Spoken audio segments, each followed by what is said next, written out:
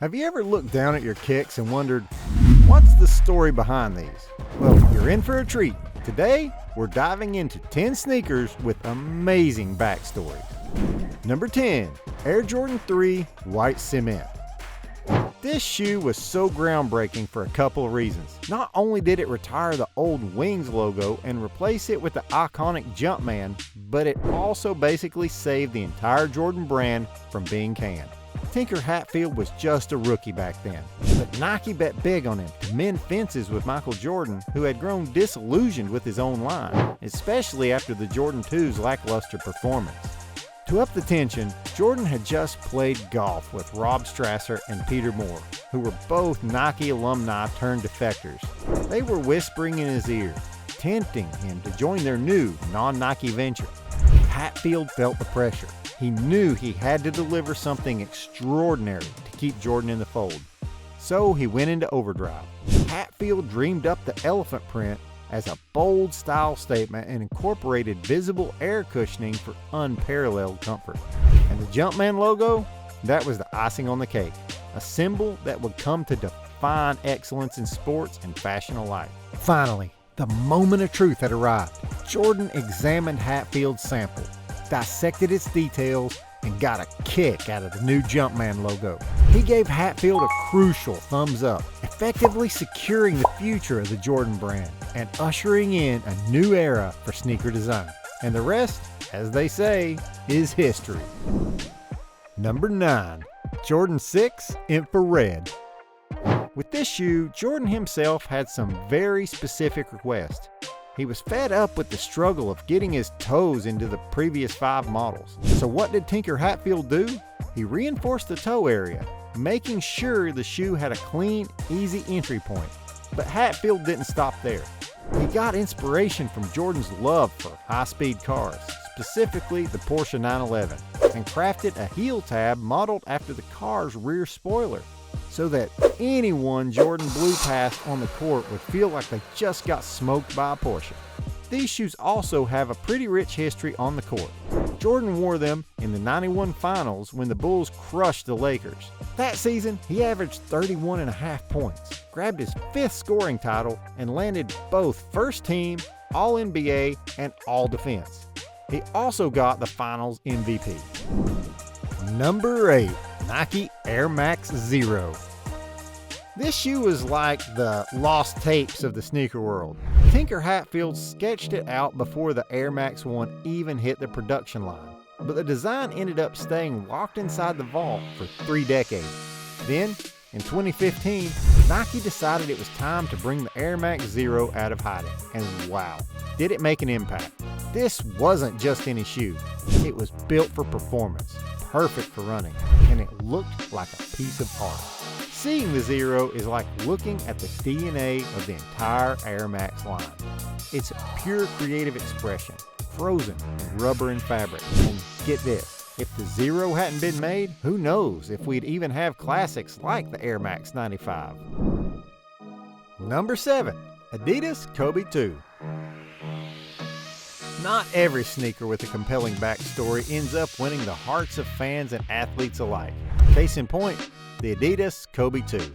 Back in 2002, Kobe Bryant, then sporting the number 8 jersey, was Adidas's main man on the basketball court. He transitioned from the Crazy 8 to the more futuristic Kobe 1, and people were excited to see what was next. But when the Kobe 2 dropped, it made Kobe himself do a double take. Jake Wolf over at GQ said it best. The rumor was that Kobe found them so unattractive and so uncomfortable that he switched back to the Kobe 1s during the NBA Finals that year. Ouch. The shoe fiasco ended up nudging Kobe towards Nike in 2003, and get this, Nike had to shell out a whopping $8 million to bring him on board. So while the Kobe 2 might not have been a hit, it played a crucial role in steering Kobe's sneaker journey into a whole new direction. Number 6, Air Jordan 4 Motorsports. When these kicks first dropped, they were exclusive to the Jordan brand motorsport team. No one else could get them. Now, if you're scratching your heads over what the Jordan brand motorsport team is, let me add some context. In 2004, a year after hanging up his NBA jersey while with the Washington Wizards, Jordan assembled his own motorsports team from scratch in just 5 weeks. I'm talking about everything: getting sponsors, gathering equipment, and rallying a team of riders and mechanics. Now, Jordan Motorsports wasn't an instant success. In fact, it didn't win a single race in its first 93 tries, but they finally hit pay dirt in 2010 when Jake Zemke won at the Daytona International Speedway. The original Air Jordan 4 Motorsport was made in white, blue, and black colorways in 2006 and limited to members of the Jordan Motorsports team. But the shoe was released again on March 25, 2017 for the general public. Number 5. Nike Dunk SB Sandy Brodeker. Sandy Brodeker started as a product tester in the 1980s and played a pivotal role in establishing Nike's skateboarding division, Nike SB. 2 pairs of the Dunk SB Sandy Brodeker were released. One came out in 2003, while a new iteration of the shoe dropped nearly 20 years later in 2022 as a tribute to Brodeker after his passing in 2018. The original 2003 version was an ultra-exclusive pair that combined a rainbow of patent leather colors and an eBay logo-inspired heel design and a special insole graphic to pay tribute to Brodeker. Only one set was ever sold, fetching over $30,000 in a charity auction. The identity of the buyer remained a secret, and the shoe itself was virtually never seen in the public afterward. To further maintain its scarcity, the sample pair was sewn into 4 parts and hidden away. The 2022 SB Dunk served as an homage to the legendary 2003 version. This new iteration adopted eBay's iconic color scheme and introduced a creative twist. Designed as a Humpty Dumpty update, it was made to look as if the once sewn apart original had been magically reassembled. To achieve this effect, the shoe has clear sections that appear to hold it all together. Every detail, down to the insoles, has personal photos and serves as an homage to Brodeker. The left insole has a picture of Brodeker holding Nike designer James Arazumi's child. But what makes this shoe truly special is its philanthropic angle. All proceeds from its sales were donated to the Brodeker Foundation, continuing Sandy's legacy. It's a fitting tribute to a man who did so much for skateboarding and sneaker culture. Number 4. Nike Kobe 11. When it comes to design and technology, the Kobe 11s were in a league of their own. Constructed with thermoplastic polyurethane threads, these kicks were all about peak performance and forward-thinking design. Truly a fitting tribute to Kobe's on-court brilliance. It was as if every stitch and weave in those shoes represented Kobe's dedication to innovation and excellence in basketball. But these weren't just any shoes. These were the shoes Kobe wore during his farewell tour. Each pair was a tangible representation of his basketball journey, a swan song in sneaker form. The attention to detail was nothing short of awe-inspiring, capturing the essence of a player known for his meticulousness. As part of the tour, Kobe gifted these masterpieces to fellow NBA greats, turning each shoe into a piece of sports memorabilia. Imagine being LeBron James or Paul George and receiving a signed pair of Kobe 11s. It wasn't just a gift. It was a passing of the torch, a nod from one legend to the next. So when we talk about the Kobe 11s, we're talking about more than just a well-designed shoe. We're talking about a sneaker soaked in the story and legacy of one of basketball's greatest players. A shoe that stood for excellence, just like the man who wore them. Number 24. Kobe Bryant. Number 3. Tom Sachs Mars Yard Shoe. First released in 2012, the Mars Yard sneaker was designed with a specific vision: to emulate the shoes worn by astronauts in space. The shoe featured a weather-resistant ripstop upper and a midsole taken from Nike's SFB boots, combining Sachs' signature tan and red color scheme.